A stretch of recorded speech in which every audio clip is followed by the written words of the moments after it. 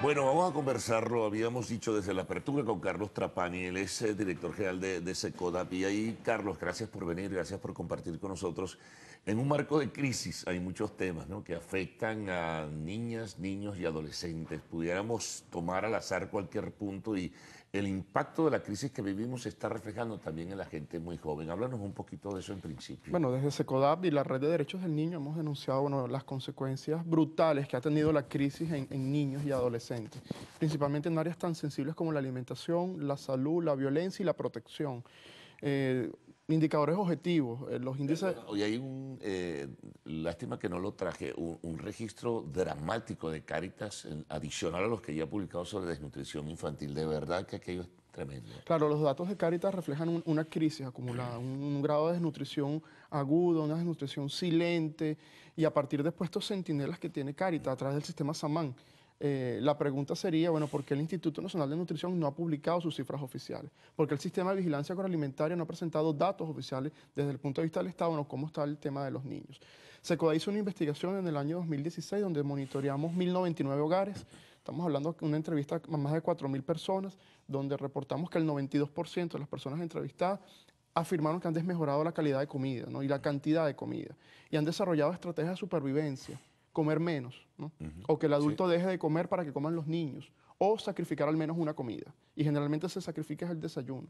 Esas son estrategias de supervivencia, venta de activos, empiezan a vender sus enseres, sus cosas personales para poder cubrir los gastos de alimentación. Y la escuela, por otra parte, no tiene herramientas para poder contener el impacto de la crisis de alimentación en las escuelas. El sistema de alimentación escolar está plagado de irregularidades, de denuncias de los propios maestros, de las propias escuelas, y bueno, no, tampoco es un espacio de contención. Y hemos tenido testimonios tan dolorosos en donde la familia tiene que decidir o que coma en la casa o mandarlo a la escuela, y eso es inaceptable. Y el tema, por ejemplo, también de la deserción, ¿no? Claro, el caso que nos ocupa son los más jóvenes, pero recién me enteraba que en algunos casos hasta el 50% de los alumnos que ingresan a las universidades para iniciar un año escolar, pues no lo arrancan, sencillamente porque se están yendo del país. Hay una estampida generalizada.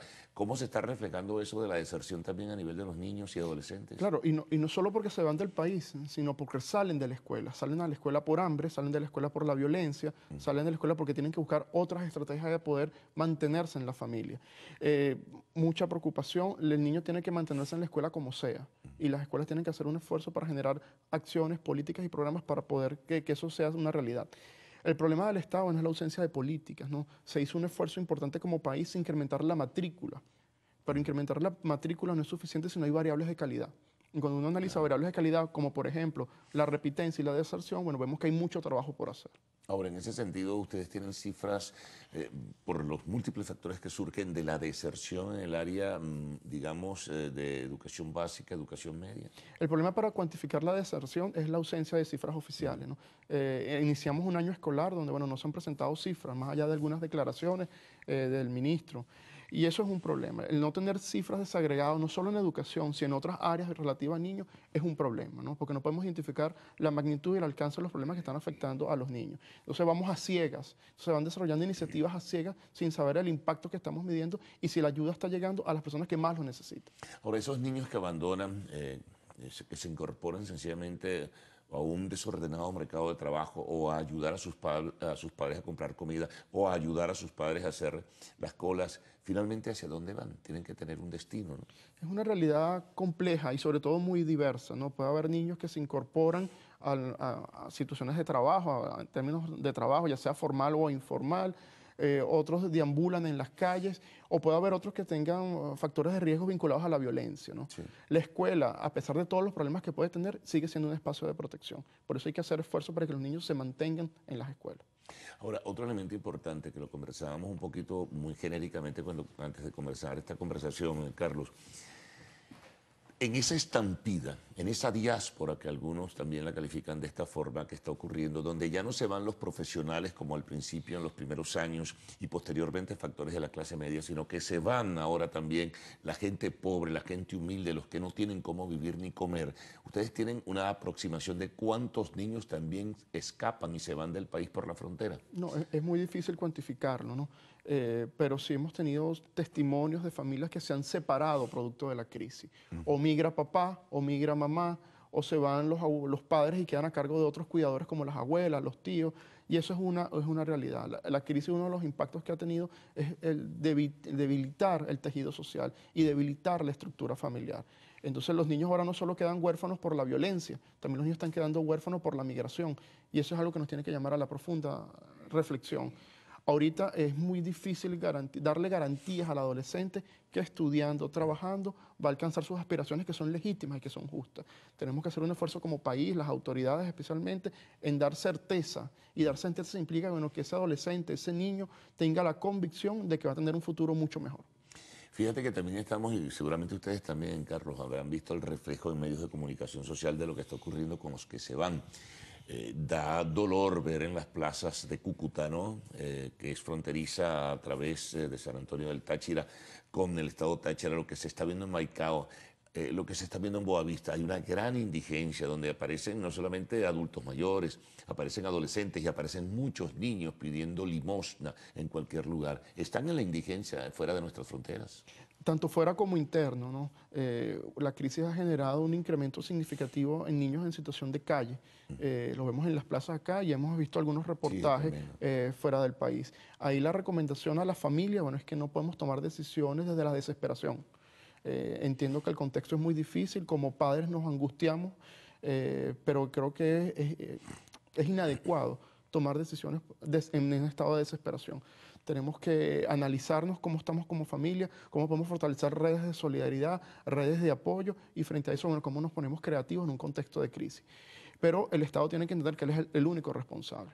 El Estado, uno de los mandatos que ha tenido... Bueno, el Estado frente a la situación de calle que se está viviendo, ¿qué hace? Fíjate, hace 25 años en la Convención de los Derechos del Niño se estableció que el Estado tiene la responsabilidad de apoyar a los padres para que sean mejores padres.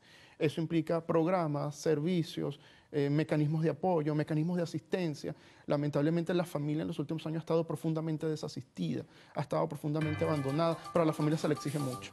Sí, fíjate, en el área de educación ya hemos hablado de la deserción escolar, hemos hablado también de la deserción de docentes, pero al margen de ello, ¿cuál es el nivel de calidad o el nivel de educación que reciben en este momento, Carlos, los niños, niñas y adolescentes? Bueno, es complejo, ¿no? No podemos educar para la vida si no le damos vida a la educación. Habrá algunos colegios donde habrá mejor educación, otros donde habrá una peor educación, en fin, no sé cómo calificar. Hay indicadores que preocupan. Por ejemplo, el tema de la infraestructura escolar. Hay problemas de hacinamiento en las escuelas, acceso a agua potable, problemas de electricidad, hacinamiento, incluso pupitre, que es algo tan doméstico. Pero también identificamos problemas con la planta docente. Tenemos un déficit importante de docentes en áreas tan sensibles como matemática, física, incluso en la educación preescolar e integral. El Estado tiene que entender que educación no es solo suministrar canaimas a los niños.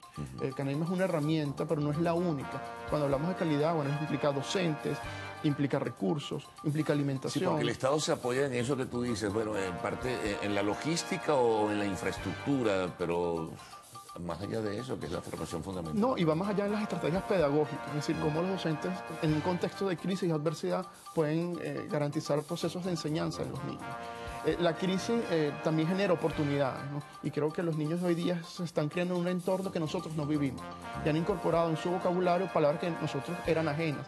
Crisis, desabastecimiento, polarización, violencia, y eso implica que el docente desarrolla otras estrategias para poder generar un hecho educativo en las escuelas. O sea, que los niños reflejan y en este caso perciben de manera clara, a pesar de todas las dificultades y deficiencias, que estamos viviendo en un país en crisis. No solo lo perciben, lo sufren. Tuvimos un caso también en uno de los talleres que hacemos en Secoda, donde un niño afirmó que su mamá lo dejó de querer. Cuando lo repreguntamos por qué, bueno, porque antes le hacía 2 arepas y ahora le hace 1. Entonces, bueno, si a los niños no los informamos sobre la crisis, evidentemente ellos se lo van a imaginar. Bueno, mucha información y seguramente tendrás mucho más. Gracias, Carlos, por haber estado con nosotros y te renuevo la invitación para una próxima oportunidad para seguir hablando de estos temas que son de particular sensibilidad. Bueno, amigos, una pausa. Al regreso, el segmento de arte y espectáculos en Lo Actual.